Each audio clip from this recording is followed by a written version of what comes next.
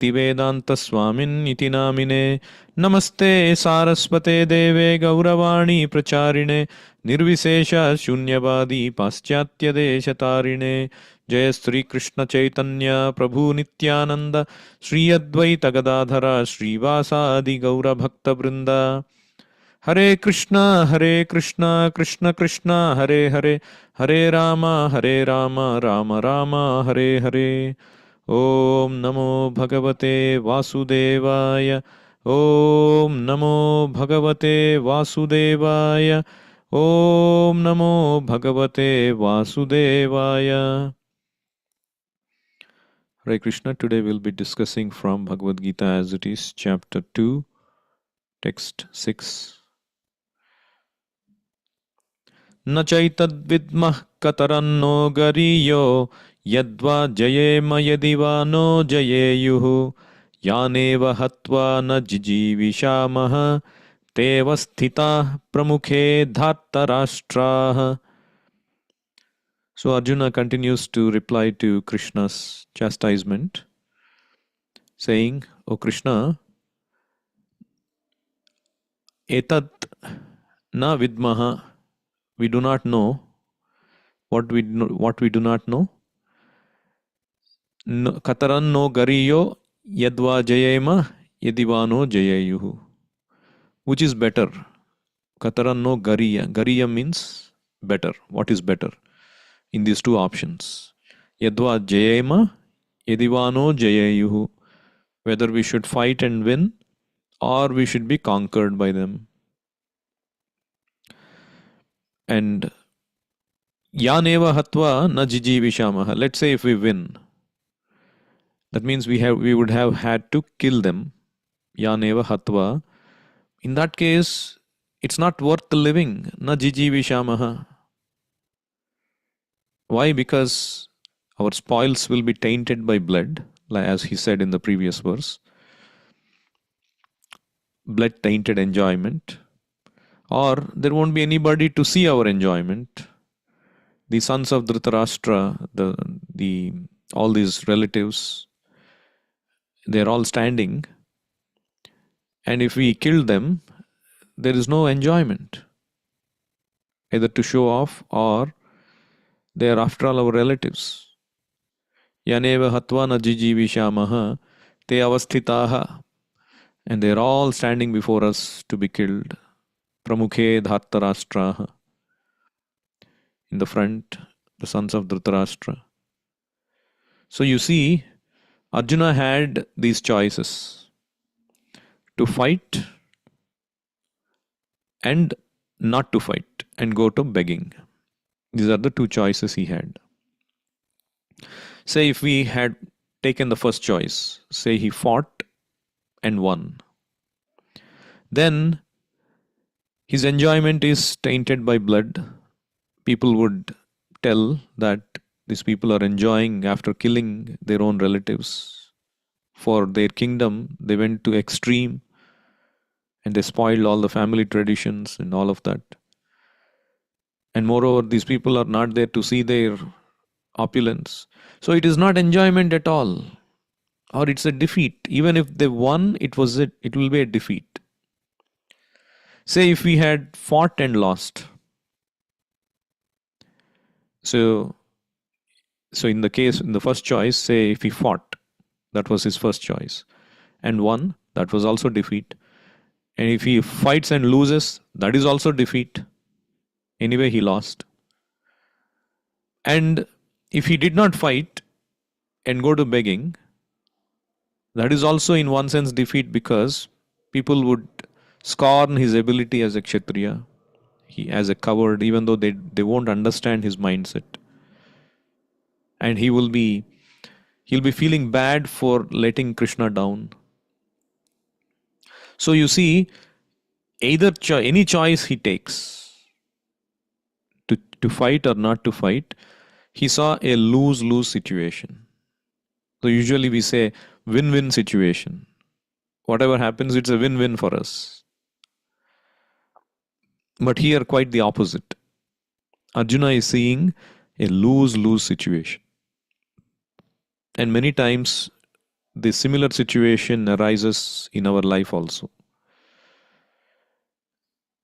Decisions at every step of our life, sometimes it is not clear, it's not black or white. You take this decision, this will happen. You take that decision, that will happen. Everything comes with its own consequences. Sometimes it might happen that whatever decision you take, you're doomed. That's why they say, damned if you are. Uh, there is a saying in English: damned if you do, damned if you don't. Whatever you do, you're damned or doomed. So that is a similar situation Arjuna is facing. So there was this man once who made it very big in his corporate company. One day he did not come to the office, and they were all wondering what happened. And suddenly there was a phone call saying that, oh, this man is in hospital. And so one of his friends, he rushed to the hospital and he asked what happened. They sent him into the room. They guided this man, this friend, into the room where he was being treated. And then he found out from him that he attempted a suicide. And he was shocked. Why would you attempt a suicide? And then he started to reveal the struggles he was going. He said that he had his son who had gone away from home, disconnecting himself from him, and he had always been at odds with the father. He always wanted to live his own life, and finally he left the father and went away. His wife died some years ago. He was alone, and his parents also died. He didn't have anybody in his life, and from his career perspective, he was getting old and so much of competition. He could not keep up his job. He's getting repeated reminders about his performance. Any moment he can be taken off. And he has such a big, rich lifestyle that he cannot sustain without his job. And wherever he saw, there is nothing to fall back on, either the family or the work. Everywhere he saw, there was lose-lose situation. There was despair. And so he wanted to end his life. So how do we solve this situation? How do we solve anybody's lose-lose situation, particularly this man, for example? See, the lose-lose situation happens because we tend to take happiness and we rely and depend on our enjoyment for material, through material things, through material relations, material job, money, which are all material and temporary. And the moment it is taken away from us and we lose our enjoyment, and because it is temporary, sometimes that will be taken away forever. Like your close relation might die and you cannot recover from it in your life, and you also end up dying. So this is the reason why we face lose-lose situation is because we depend on our enjoyment for through temporary relations, temporary things. But let's say if Krishna was brought in picture, say if this person was taking shelter of Krishna or he became a devotee of Krishna, he was engaged in Krishna consciousness. So the two lose-lose situations, one is his job was at stake. So the sustenance aspect. So what would happen if he lost his job? So he should have, Krishna gives his protection in Bhagavad Gita. He says, Ananyas chintayanto mam ye janaha paryupasate tesham nityabhiyuktanam yogakshemam vahamyaham. If somebody takes shelter of me, renders sincere devotional service, I provide them what they lack, I preserve what they have. We should have faith in Krishna's words. Srila Prabhupada, one time, he was having a conversation with his disciples. Sometimes he would do like this. He would say, "What is this? The people outside, the scientists and the scholars, what they are saying about our movement?" And one of the disciples said, "Prabhupada, they are saying that they cannot have faith in Bhagavad Gita and Bhagavatam." Prabhupada said, "Why?" "Because it's not proven. Science is proven. The technology is proven. They are people want to rely on them for their happiness." And Prabhupada said, "Why it is not proven? We are a proof that Krishna's statements in Bhagavad Gita are true." What is that? Say, we are all surrendered to Krishna. Hundreds and thousands of disciples. We have hundreds of centers or dozens of centers in those days. And none of us are working, because predominantly in those days, people who would join Hare Krishna movement, they were all brahmacharis. Nobody was working. And they had such a big organization to take care. And every day it costs so many thousands of dollars, millions of dollars for the whole movement. But nobody is working. So who is providing this? Krishna is providing. To the extent that people were living happily with no fear of sustenance. So this is the proof that Krishna provides. Also, Srila Prabhupada, he would call these, or the disciples would call learned scholars, scientists, and Prabhupada would engage in a conversation and he would logically defeat them in a scientific conversation. And Prabhupada would often say, "See, I am a layman, but they are scientists. But how I am able to defeat them in argument? Because Krishna is providing the requisite knowledge within. Tesham satata yuktanam bhajatam pritipurvakam dadami buddhi yogam tam yenamam upayantite." Krishna gives the buddhi yogam. Krishna provides everything we need. So this is the proof. So one need not worry, "Oh, if one loses his job, how will I be taken care?" Krishna is taking care of millions of living entities.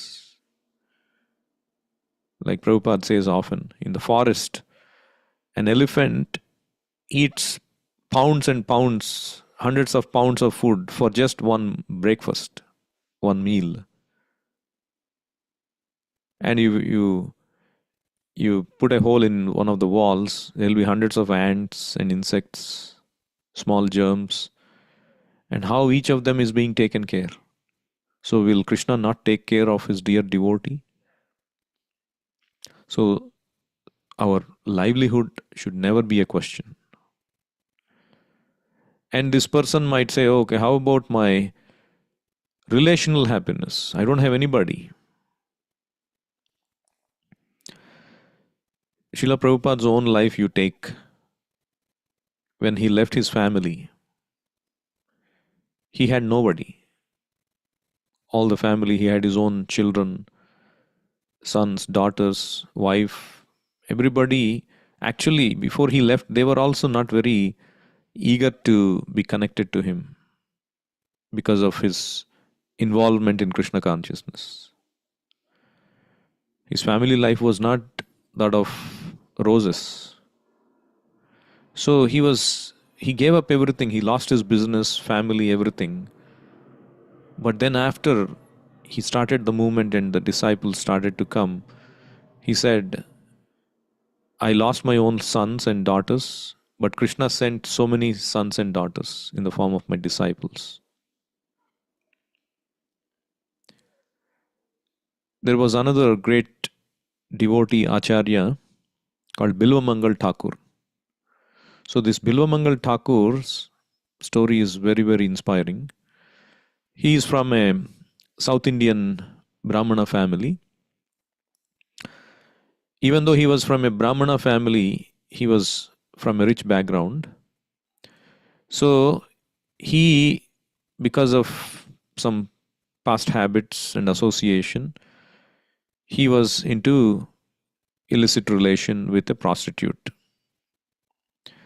So much so that he was so attached to her that even when his father died, the Shraddha rituals were being performed. He was eager to finish it faster. He was asking the priest to finish faster so he could run to enjoy with her. And after finishing, there was a raging storm, and he had to cross the river. The waves were so fierce, but that could not deter him. He held a corpse, a dead body, to cross this turbulent river, and the gate was locked at the time because she thought nobody would come now. But he scaled that wall by grabbing a dead snake, using it as a rope, and then he climbed the tree and got down, and then he knocked the door, and the prostitute Chintamani opened the door, and then she was shocked to see fully drenched, tired, exhausted, but excited Bilvamangal to see in front of her. And then she said, in a moment of realization, "Oh, you're so much attached to me, which is nothing but this body. If you had become so much attached to serving Krishna, how your fortune would have been, how much spiritual progress you would have made." And then that suddenly made him realize, actually, this Chintamani is his spiritual master who was a spiritual master in the previous life, who came in that form to advise Bilumangal Thakur, to rescue Bilumangal Thakur from his spiritual path. So that inspired him. And then suddenly he left everything. He said, "Oh, what you're saying is true. I left my dear Lord Krishna and I'm going after these sensual things." And then he started to go on the path of Vrindavan, leaving everything. But these habits die hard. His material lust came back to him. He lusted after a Brahmana's wife. And the Brahmana's wife went to his house and reported to the husband. The husband understood that he was a very learned man and welcomed him. And Bilumangal Thakur felt embarrassed. And when the wife came back, he asked this hairpin from this lady. And one of the most shocking instances, he poked his own eyes and made himself blind, because he said, "These eyes are the main distraction for me from my spiritual path." He became blind voluntarily. And then he went towards Vrindavan. He went to Vrindavan and started to engage in devotional service. So even though he was blind, Krishna personally would give Bilumangal Thakur his prasadam and would lead him to a safe resting place every day. But Bilumangal Thakur did not know the identity of this Rajavasi boy who was helping him every day. And then one day, Lord Sri Krishna, this boy, he was playing this flute in a most captivating way for Bilumangal Thakur, who was blind. And then Bilumangal Thakur realized that this is my Lord himself. And then he reached out to touch Krishna, and Lord Krishna, he laughed lovingly and he ran away. And then Bilumangal Thakur started to sing and said, "My Lord, you can run away from my hand, but you can never leave my heart. How can you leave my heart? You may run away like this." So, in that ecstasy, in that relation with Krishna, he continued to engage in devotional service, and he started to write many verses and songs in glorification of love of Krishna. And his famous book, Krishna Karunamrita, is one of the most authentic books to reveal the supreme position of Srimati Radharani and the love of Radha Krishna. And that book has been recommended, has been unearthed by Chaitanya Mahaprabhu, and he would relish so much reading from that book. So he lived for 700 years in Vrindavan. And in one of the famous prayers in that book, which Prabhupada quotes quite often, he says, "Bhaktis tvayi sthiratara bhagavan yadi syat daive nanah phalati divya kishora murte mukti mukhalitanjali sevate asmat dharmardhamoksha samaya pratiksha." So he says this Bhaktistvai sthiratara bhagavan yadistyat. If we got fixed up devotion unto Krishna, daivenana phalati divya kishora murte, then we can easily see the form of Krishna. Mind you, Bilomangal Thakur was materially blind. But he is saying you can see Krishna, he is seeing Krishna's form. Divya kishora murte. Kaishora is the age where Krishna, the 11th to 16th year, that is considered the most beautiful age where Krishna appears most beautiful. So Divya Kishora Murte means that form of Krishna he is seeing every day. How it is possible? Bhaktihi Tvayi Sthiratara. By sincere devotional service, we can see that. And at that time, Muktihi Mukhalitanjali Sevate Asman. Even the liberation is standing at our doorstep asking what I can serve. So liberation is sought by everybody in this world. They want to be liberated from this material distress, because liberation is such a valuable thing. But liberation is serving the devotee at standing at the doorstep. That is a position of a devotee of Krishna. So you can have, see, Bilomangal Thakur didn't have anybody. He was even blind, but still he was relishing that happiness in relation to Krishna. So Krishna can provide your livelihood, sustenance. Krishna can give you unlimited happiness in your relation to Krishna. He is Akhila Rasamrita Sindhu. So there is no need for despair or despondency. There cannot be any lose-lose situation if one is properly situated in Krishna consciousness. That's how one can overcome this lose-lose situation. Now, Prabhupada is highlighting some of Arjuna's qualities. He's hailing some of the qualities. Arjuna has got control over his mind and senses. And he is detached from material enjoyment. Why? Because he is ready to go live by begging. So that is a sign of his detachment. So, what is the advantage? If you control your mind and senses and you are detached from material enjoyment, that person becomes quite fit for liberation. Because unless the senses are controlled, there is no chance of elevation to the platform of knowledge.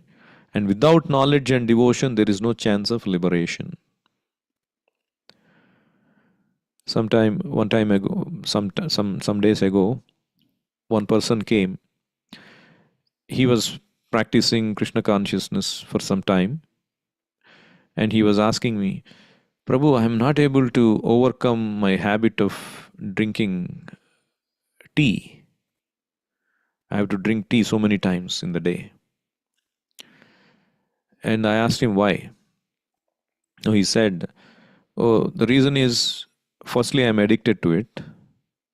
I cannot function without it. Secondly, whenever there is a stress, I have to drink tea. Without that, I won't get rid of that anxiety. Whenever there is some anxiety, either work anxiety or family anxiety or any anxiety, I have to take and drink tea.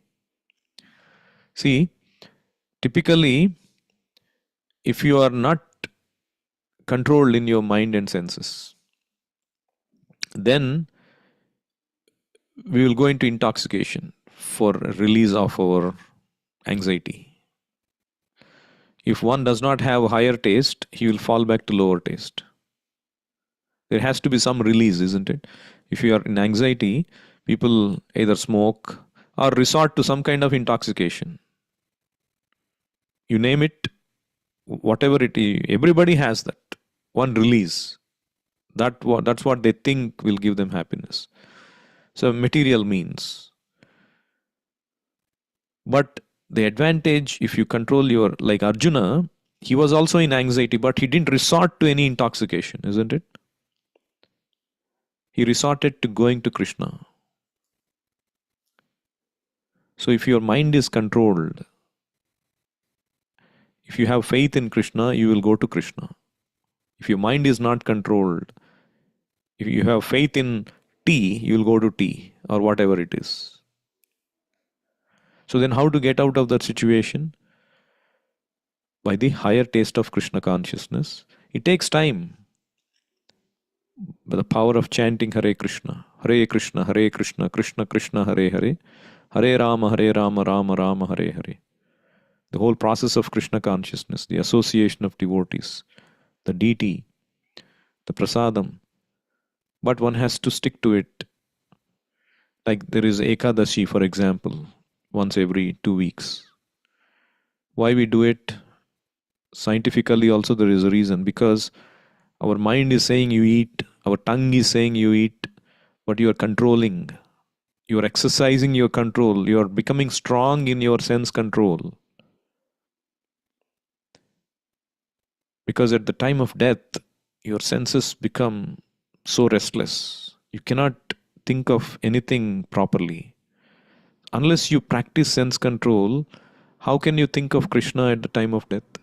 How can you remain peaceful and calm at the time of death? You'll be in fully anxiety. So Ekadashi is a great occasion to exercise our restraint. So if you practice like that, then what to speak of tea, you can conquer anything else.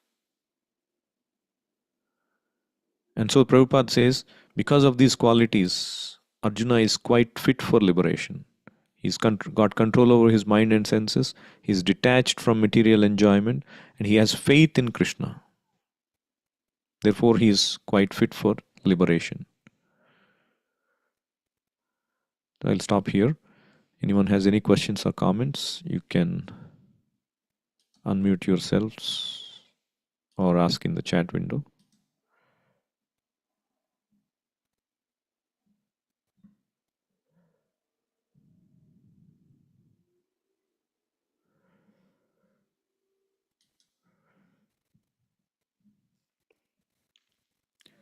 Bhagavad Gita as it is ki jai, Srila Prabhupada ki jai, Nitai Gaur Premanande, Hari Hari Bol.